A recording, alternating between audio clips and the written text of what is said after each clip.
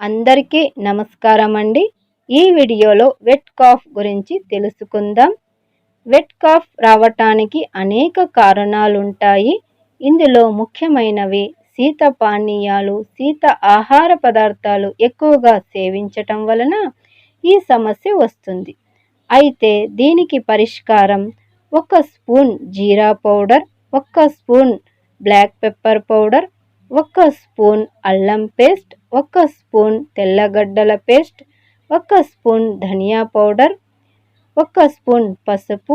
ఇవన్నీ 1 లీటర్ నీటిలో వేసి రుచికి తగినంత రాళ్ళ ఉప్పు వేసి హాఫ్ కప్ తులసి ఆకులను వేసి 10 నుంచి 15 నిమిషాలు మంచిగా మరిగించి కషాయం చేసుకోవాలి.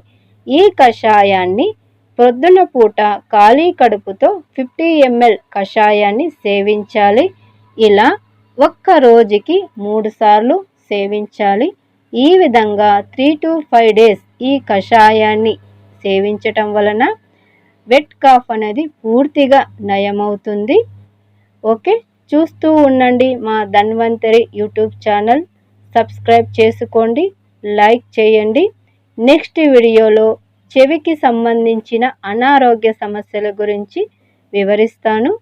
Thank you.